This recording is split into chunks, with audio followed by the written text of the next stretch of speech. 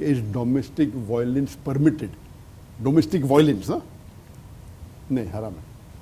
Domestic violence हराम है इसमें. Violence, ना? Violence is different than. जो आप कुरान की आयत का जिक्र कर रहे थे, वो हुआ है सूरा नंबर 4 आयत नंबर 35. मैंने 34 का जिक्र किया, जिसमें आता है अर्रिजाल कवामुन निसा, का मेन द सपोर्टर्स. उसके आगे आप चलेंगे तो उसमें आता है कि if one is defies, if they disobedient और if they don't follow the instruction, then you stop talking to them, आप उनसे बात मत कीजिए, बाद में बिस्तर में शेयर कीजिए. और फिर आता है जो अरबी वर्ड है दराबा. तो इसके अंदर हदीस के अंदर एक आता है अल्लाह के रसूल की सही हदीस में कि मिसाल के तौर पे आप मिसवाक से मार रहे, तो आज की तारीख में मैं कहूँगा बीटिंग विद हैंकरचिफ, रुमाल से मारना.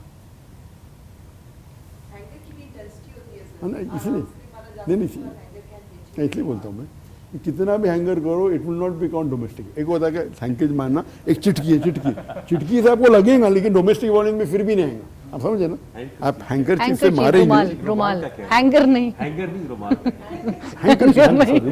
मैं हिंदी इंग्लिश में कहा, उर्दू में भी कहा ना, रुमाल. हैंगर नहीं. तो रुमाल का आप मारेंगे तो इट्स जस्ट सिंबॉलिक. एक होता है टिचकी करना, लगेगा लेकिन फिर भी डोमेस्टिक टिचकी लाउड है, टिचकी भी करेंगे तो भी डोमेस्टिक वायलेंस में नहीं आएगा. तो बस क्या होगा, थोड़े आप लूले बंगले हो जाएंगे, ब्लैक एंड ब्लू थोड़े. तो it is not called in domestic violence. यानी मिसाल के तौर के ऊपर क्या होता है, जो हदीस के लिए हमें एक हदीस से गाइडेंस मिलता है. मिसाल के तौर पे आप एक क्लासरूम में हैं और एक टीचर एक लड़कियों को बाहर बुला के पनिश करती है.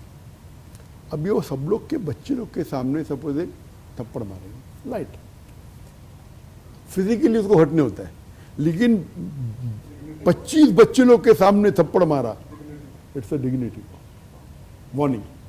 अगर वो टीचर को वो चाटा मार के हैंड फ्रैक्चर हो गया, ये तो हरामी. बट अगर मार रहा है ऐसा तो इट्स अ सिंबल क्या, बहुत हो गई शरारत, इससे ज़्यादा करो मत. वो हर्ट ऑफ मेरे दोस्तों के सामने चाटा मारा is bigger than the physical pain. और फिजिकल भी मारेंगे, वो फिजिकल तो 10 मिनट हर्ट होंगे, not the punch on that को domestic violence.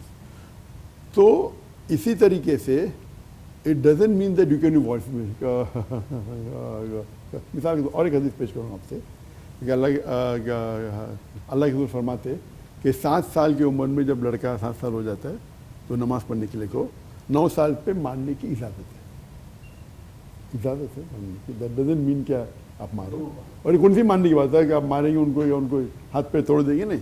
Again telling him that सलाह इज द मोस्ट इम्पॉर्टेंट फराइज. यानी अल्लाह ताला सबसे पहले पूछेंगे आपको आपके अमाल को सलाह. तो ये बताने के लिए, that doesn't mean you want to hit your child black and blue. Context is very important. वो तो नमाज से नफरत करने लगेगा, आप समझे ना. नमाज से of course that's the last resort.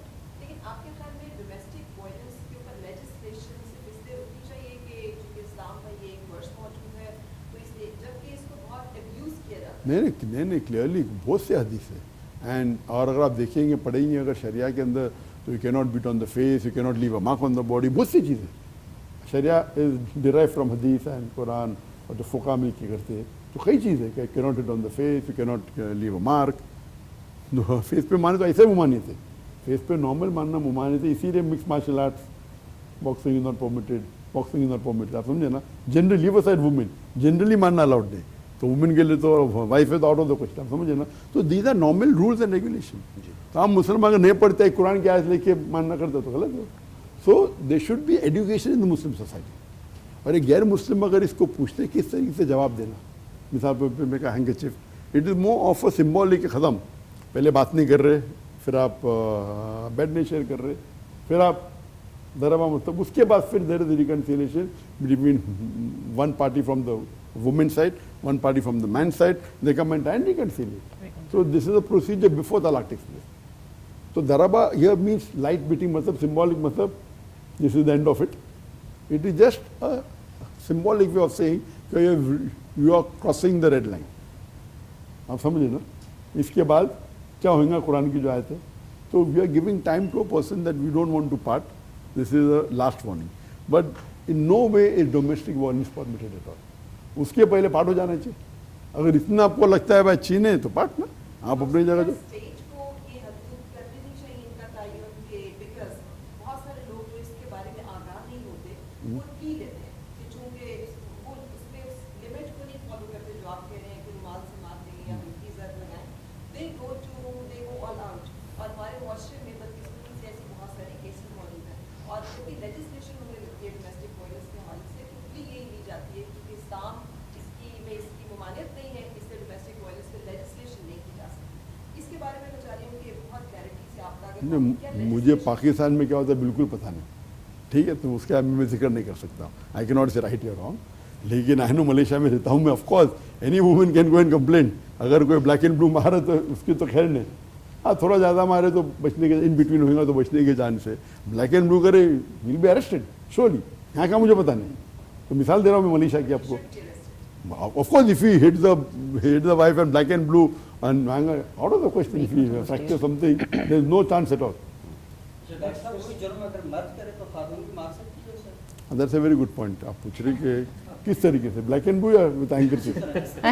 रुमाल बात से बढ़कर देखो क्योंकि कुरान की आयत है कि man is more in strength than the women, तो this is the symbolic, but अगर वुमेन का नहीं सिंबॉलिक रहेगा का, देयर बी रिटेलिएशन, बराबर कि नहीं? आप ऐसा पूछ रहे कि अल्लाह ने कहा कि जस्ट बिकॉज माँ के कोख के अंदर 9 महीने बच्चा होता है, तो उसी तरीके से अगर बाप के कोख के अंदर, वो तो पॉसिबल ही नहीं, वो दर्जा माँ को दिया गया है। तो अगर वो हैंकरचीफ अगर औरत करेंगी शोहर के, वो तो दैट्स नॉट अलाउड।